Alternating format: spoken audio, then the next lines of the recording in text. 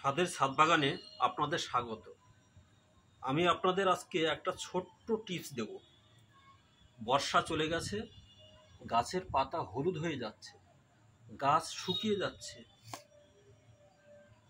এই যে একটা মিক্সড খাবার তৈরি করছি, এই খাবারটা কিছু না, আমি এক মুঠো করে প্রত্যেকটা গাছের গোড়ায় দেবো। দিলে গাছের চেহারা যেমন চেহারা তেমনি থাকবে এবং ফুল ফল আগামী দিনে দেখবেন ভরে যাবে।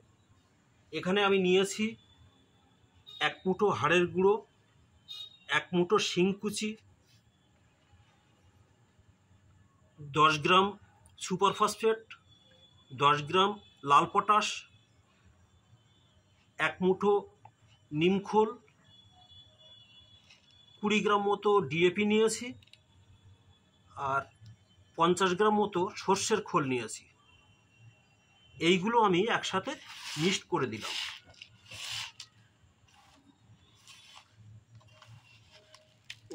এই যেটা দেখছেন এটা হলো ফাঙ্গিসাইড। আমি এখানে স্যাপ ফাঙ্গিসাইড ব্যবহার করেছি, তো অল্প একটু ফাঙ্গিসাইড দিলাম যাতে কোনো রকম ফাঙ্গাস অ্যাটাক না করে। এগুলো সবই মিশিয়ে দিলাম। এখানে আমি 10টা গাছের মতো নিলাম। এর সাথে আমি 500 গ্রাম মতো ভার্মি কম্পোস্ট নিলাম। এটা মেপে নয়, এটা আন্দাজে নিলাম। 500 গ্রাম মতো ভার্মি কম্পোস্ট।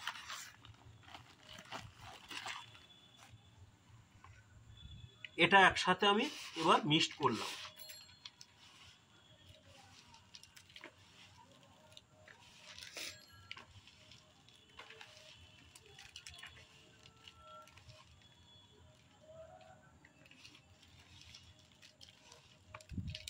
এটা যদি এক মুঠো করে আমি এবার প্রত্যেকটা গাছের গোড়ায়, আঙুর গাছ থেকে শুরু করে ড্রাগন গাছ, সব গাছের গোড়ায় এই এক মুঠো মাত্রায় আমি দিয়ে দেব।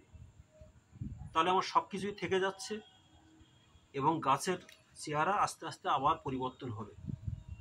চেহারাটা খুব সুন্দর হবে। গাছে দেখবেন শীতকালে যে গাছে ফুল ফল হওয়ার, সেগুলো ফুল ফলে পুরো ভরে যাবে।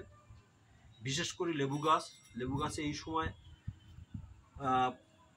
সময় এই সারটা দিলে শীতের পরেই ফুল ভরে যাবে এবং ফলে ভরে যাবে। আজকে এই পর্যন্ত। নমস্কার।